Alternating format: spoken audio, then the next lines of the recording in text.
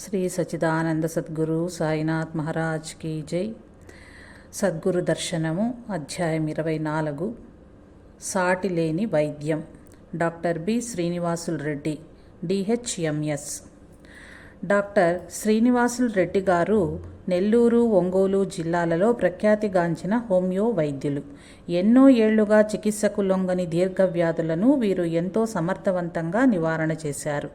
Shirdi Sai cultural machine ఆదర్శాలకు ప్రభావితులైన వీరు ఈనాడు machine ఉచిత వైద్య సేవా కార్యక్రమాన్ని నిర్వహిస్తున్నారు. ఈ వ్యాసంలో శ్రీ బిఎస్ రెడ్డి గారు హోమియో వైద్య విధానం యొక్క ప్రాశస్త్యాన్ని, అతిగా రసాయనిక ఔషధాల కెమికల్ డ్రగ్స్ సేవించటంలో గల అపాయాలను పామరులకు కూడా అర్థమయ్యే శైలిలో ఎంతో హృద్యంగా వివరిస్తారు. ఎడిటర్. మన మనోదేహాలు సక్రమంగా అంటే తమ సహజ స్థితిలో పనిచేస్తుండటమే ఆరోగ్యం. ఏ కారణం చేతనైనా సహజంగా జరిగే ప్రక్రియలో మార్పు సంభవిస్తే దాన్ని అనారోగ్యం అంటారు. అంటే మానవునికి ఆరోగ్యం సహజం అన్నమాట. మానవ జాతిలో అస్వస్థత మొదలైన నాటి నుంచి నేటి వరకు ఆ అస్వస్థతను తొలగించుకొని స్వస్థతను పొందటానికి, మరలా ఎన్నడూ అస్వస్థతకు గురికాకుండా ఉండటానికి ప్రయత్నాలు జరుగుతూనే ఉన్నాయి. రోగాలు ఏ దేవతల ఆగ్రహాల వల్లనో, దయ్యాల అనుగ్రహం వల్లనో నమ్మే సిద్ధాంతం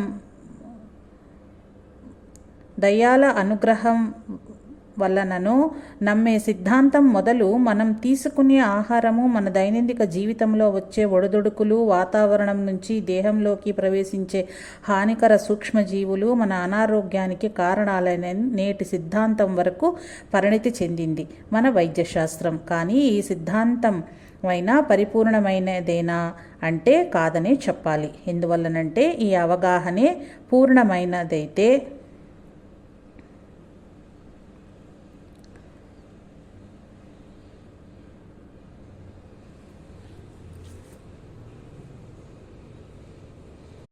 ప్రపంచంలో మరి ఇక అనారోగ్యమే ఉండకూడదు.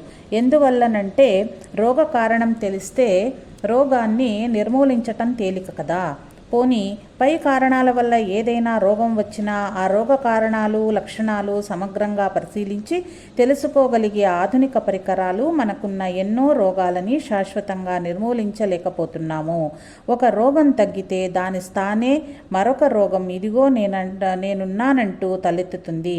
ఒక్కసారి డాక్టర్ దగ్గరకు వెళ్తే ఇక జీవితాంతం ఏదో ఒక కారణంగా డాక్టర్లను ఆశ్రయించవలసిన అగత్యం కలుగుతుందనేది చాలామంది దీర్ఘరోగుల నమ్మకం. మరి లోపం ఎక్కడ ఉంది? వైద్యశాస్త్ర విశ్లేషణ డయాగ్నోసిస్లో ఉందా, లేక మందుల్లోనే ఉందా? వైద్యులలో ఉందా? మరి దేనిలో ఉంది?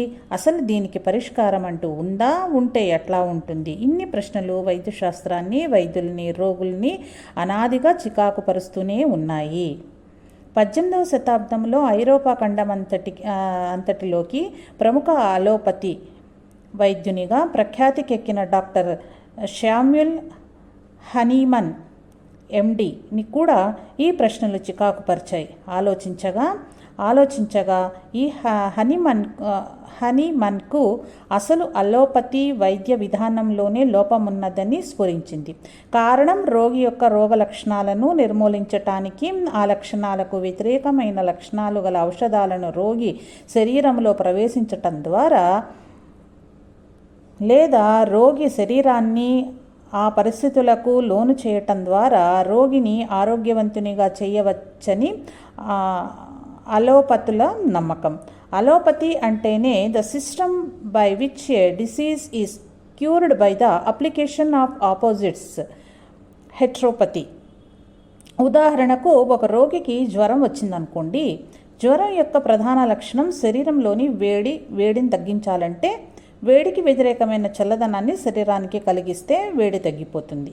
ఆ రోగికి ఐస్ పెడితే వేడి తగ్గిపోతుంది. నిజానికి ఈ రకమైన వైద్యం ఎంత ప్రమాదమైందో ఇప్పుడిప్పుడే అలోపతి వైద్యులే గుర్తించి అత్యంత ప్రమాదకర పరిస్థితులకే ఈ ప్రమాదకర వైద్యాన్ని పరిమితం చేశారు.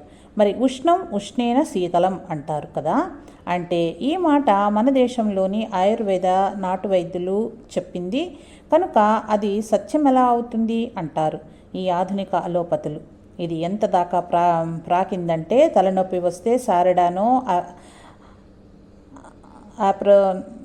ఆస్ప్రానో అనాల్జినో నవాల్జినో లేక మరో జిన్నో వాడితే తక్షణం అదేదో వ్యాపార ప్రకటనలోగా టిక్ టిక్ టిక్ అనే లోగా తగ్గిపోతుంది. అది నిజం కూడాను. కానీ ఆ తలనొప్పి ఎట్లా పోయిందో మళ్ళా తలెత్తడం కూడా అంతే నిజం. ఈసారి 2 బిళ్ళలు వేసుకుంటే కానీ తలనొప్పి తగ్గదు. ఇలా ఈ మందులు అలవాటైన కొలెడిడోన్ ఈ మందులు అలవాటైన కొలది డోసు పెంచుకోవాల్సిన అగత్యం ఏర్పడుతుంది. త్రాగుబోతుకు ఆల్కహాల్ అలవాటైన కొద్దీ ఇంకా డోస్ పెరిగితే కానీ కిక్ ఇవ్వనట్లు. ఇలా ఈ మాత్రలు మందులు ఎంతోమందికి ఒక వ్యసనం అవటాన్ని మనం చూస్తూనే ఉన్నాము. ఇది ఈనాటి రోగుల అంతులేని బాధ. పోనీ దీర్ఘవ్యాధుల విషయం చూద్దామా అంటే కామెర్లకు మందు వేస్తే కామెర్లు తగ్గి కొంతకాలానికి కీళ్ళ నొప్పులకు మందు వేస్తే కొంతకాలానికి గుండె జబ్బులకు మందు వేస్తే ఇక అది తగ్గకపోగా తోడు హార్మోన్ల అస్తవ్యస్తాన్ని కొని తెచ్చుకోవటం ఈనాటి ఎంతోమందికి అనుభవం. ఇటువంటి కేసులు నా వైద్య అనుభవంలో కోకొల్లలు. అసలు నా వద్దకు వచ్చే కేసులన్నీ దాదాపు 199 పాళ్ళు అలోపతికి విడాకులిచ్చినవే. రోగాన్ని అణచివేయడమే కానీ పూర్తిగా నిర్మూలించటం లేదని గుర్తించిన హనీమన్ ఎన్నో పరిశోధనలు చేసి చివరకు ఒక క్రొత్త సిద్ధాంతాన్ని కనుగొన్నారు. ఆ సిద్ధాంతపరంగా రోగికి ఏ రోగ లక్షణాలున్నాయో అవే రోగ లక్షణాలను కలిగించే ప్రకృతి సిద్ధమైన ఔషధాన్ని ఇవ్వటం ద్వారా రోగ నిర్మూలన అవుతుంది. ఉదాహరణకు ఆరోగ్యకరమైన ఒక వ్యక్తికి ఒక ఔషధాన్ని ఇస్తే అతని శరీరంలో ఆ ఔషధం కలిగించే అనారోగ్య లక్షణాలే ఉన్న మరొక రోగిని ఆరోగ్యవంతునిగా చేస్తాయి. కనుక హనీమన్ ఈ సిద్ధాంతానికి సారూప్య వైద్య విధానం హోమియోపతి అని పేరు పెట్టారు. అంతేకాక మానవుడు మనోదేహాల పరస్పర క్రియ ఫలితమే మనస్సుకు దేహానికి ఎంతటి సంబంధం ఉందంటే ఒకదాని అస్వస్థత రెండో దానిపై తప్పనిసరిగా ప్రభావాన్ని చూపుతుంది. కానీ రోగ లక్షణాలు సామాన్యంగా దేహంలోనే వ్యక్తమవటం వల్ల రోగాన్ని దేహానికే పరిమితం చేస్తాము. ఎక్కువ రోగ లక్షణాలకు కారణం మనో అస్వస్థలు, భావోద్రేకాలేనని శ్రీ హనీమన్ కనుగొన్నారు. ఇది ఎంతో నిజం. మన నిత్యానుభవం కూడాను. దుఃఖం మనో సంబంధమైనది. కళ్ళనీళ్ళు మొదలగు దుఃఖ లక్షణాలు దేహపరమైనవి. భయం మనో సంబంధమైనది. గుండెదడ, గగుర్పాటు దేహంలో కనిపించే భయ లక్షణాలు. ఇలా మన నిజ జీవితంలో నుంచి ఎన్ని ఉదాహరణలైనా ఇవ్వవచ్చు. ఈ నిత్య సత్యాన్నే ఇంకొంత ముందుకు తీసుకుపోయి పరిశీలించి దేహంలో కనిపించే రోగ లక్షణాలు కూడా మనో సంబంధమైన కారణాల మూలంగా ఉంటాయని హనీమన్ నొక్కి చెప్పారు. భరించలేని దుర్వార్త విన్న ఒక వ్యక్తికి ఆ వార్త వినిన క్షణంలోనే బొలి రావటం నాకు తెలుసు. ఎప్పుడో అణచివేయబడ్డ కోపము, కామోద్రేకము మొదలగునవి కొన్ని సంవత్సరాల తర్వాత శారీరక రోగ లక్షణాలుగా బహిర్గతం కావటం, వాటి కారణానికి మందు వేయగానే అవి శాశ్వతంగా అదృశ్యమవటం హోమియో వైద్య చరిత్రలో అసంఖ్యాకులు. కాబట్టి అసూయ, ద్వేషం, కోపం, కామోద్రేకాలు, జడత్వం మొదలగు మనోరుగ్మతలను రూపుమాపితే గాని అసలు రోగ లక్షణాలు నివారణం కాకపోవటం. ఇటువంటి గుర్తింపు ఈ మనోరుగ్మతలను వెలికి తీసి చికిత్స చేసే వైద్య విధానాలలో లేకపోవటం వల్ల ఆ వైద్య విధానాలు ఎన్నో దీర్ఘ రోగాలకు చికిత్స చేయటంలో సఫలీకృతం కాకుండా పోతున్నాయి. అందుకనే రోగ లక్షణాలను, వాటి మూల కారణాలను ఈ రెండూ ఏ దేహంలో అయితే వ్యక్తమవుతున్నాయో ఆ దేహం యొక్క తత్వాన్ని కాన్స్టిట్యూషన్ గుర్తించి చికిత్స చేయడం మూలంగా హోమియోపతి రోజు రోజుకు ప్రపంచవ్యాప్తమవుతోంది. అది కాక హోమియో వైద్య విధానంలో ఉపయోగించే ఔషధాలు కృత్రిమమైన రసాయనిక సమ్మేళనాలు, కెమికల్ కాంపౌండ్స్ కాక ప్రకృతిలో సహజంగా లభ్యమయ్యే వనమూలికలు, ఖనిజ లవణాలు మొదలగు వాటి నుండి ఉత్పత్తి అవుతాయి. కనుక రసాయనిక మందు వల్ల శరీరంలో జరిగే రక్త కాలుష్యము, నరాల బలహీనత, నపుంసకత్వము మొదలగు దుష్ఫలితాలను ఈ ప్రకృతి సిద్ధమైన ఔషధాలు కలిగించవు. ఇంగ్లీషు మందుల వల్ల ఇలాంటి ఎన్నో దుష్ఫలితాలు కలుగుతున్నాయని అమెరికా మొదలగు దేశాల శాస్త్రజ్ఞులు వేనోళ్ల ప్రజలను హెచ్చరిస్తున్నారు.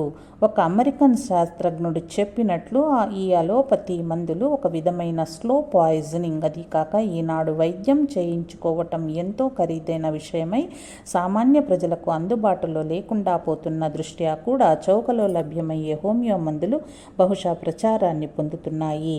ఇంకా వ్యాప్తి చెందవలసిన అవసరమూ ఉన్నది. కానీ ఇది అంత వ్యాప్తి కాకపోవటానికి ఒక రకంగా దుష్ప్రచారానికి హోమియో అభిమానులే కారణమని చెప్పుకోవాలి.